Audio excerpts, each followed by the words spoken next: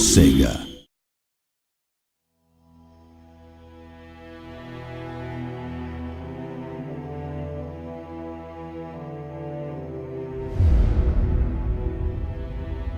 Welcome to the latest Total War Attila feature spotlight video. This time we'll be taking a closer look at migrating Barbarian Hordes. Begin a new campaign as one of the great migrator factions, and you'll assume command of its hordes, which offer a completely new way to play Total War. Their nomadic, tent-based lifestyle means they effectively carry their towns with them and don't need to own brick and mortar settlements in order to build and improve structures, develop their economic and farming potential, and recruit new forces. You'll generally find yourself migrating away from the increasingly infertile and hostile north in search of safer, more productive lands. Playing as the Visigoths, for example, you start with 2 hordes in the middle of the Eastern Roman territory, and you're advised to head southwest and make inroads into the crumbling Western Roman Empire.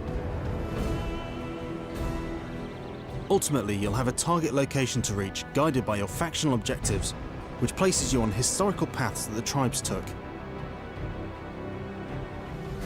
However, you can go about reaching this destination in any way you see fit, and if that means plundering and razing your way across the map, so be it.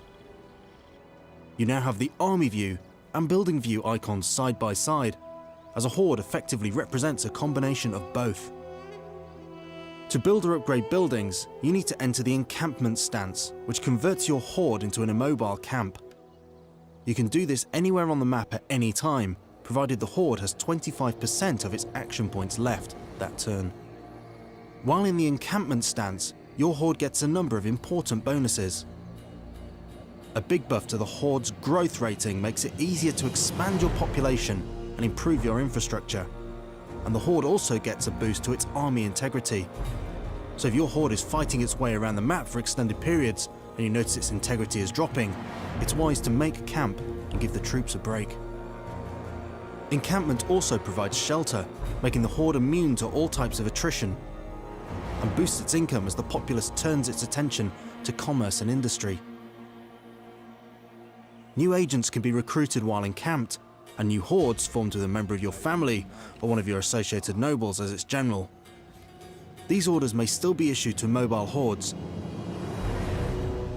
Building is somewhat different for hordes than it is for standard settlements, as there are 10 building slots available to a horde, considerably more than even a large city can hold. They can all be filled and upgraded with buildings unlocked in the migrator-specific tech trees. Another new feature in Attila is the building browser, located here. This enables you to see all of the buildings available to you and which technologies are required to unlock them. You'll notice that each building chain is color-coded, and the horde-specific buildings available are usually at the bottom of the filters with the word migrating before them. You can always tell which building is horde-specific by the wheel symbol in the top left of the building icon. When the time comes, you may wish to settle down and become a more traditional settlement and city-focused faction. When one of your hordes conquers a settlement, you'll be given the option to occupy.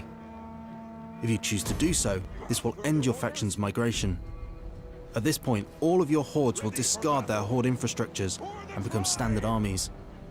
This isn't a decision to be taken lightly, however, as the great majority of your campaign resources up to this point, such as income and food, are provided by your horde infrastructures.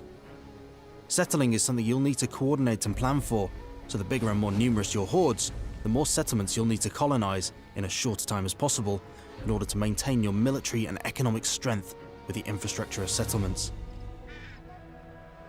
In fact, the only playable horde faction that never has the option to settle is the Huns, just not in their nature.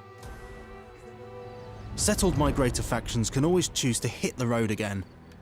In the faction menu under the summary panel, you can see whether your faction is migrating or not and where your capital city is located. By clicking Start Migration, you're one turn away from abandoning all your settlements and turning your armies back into hordes.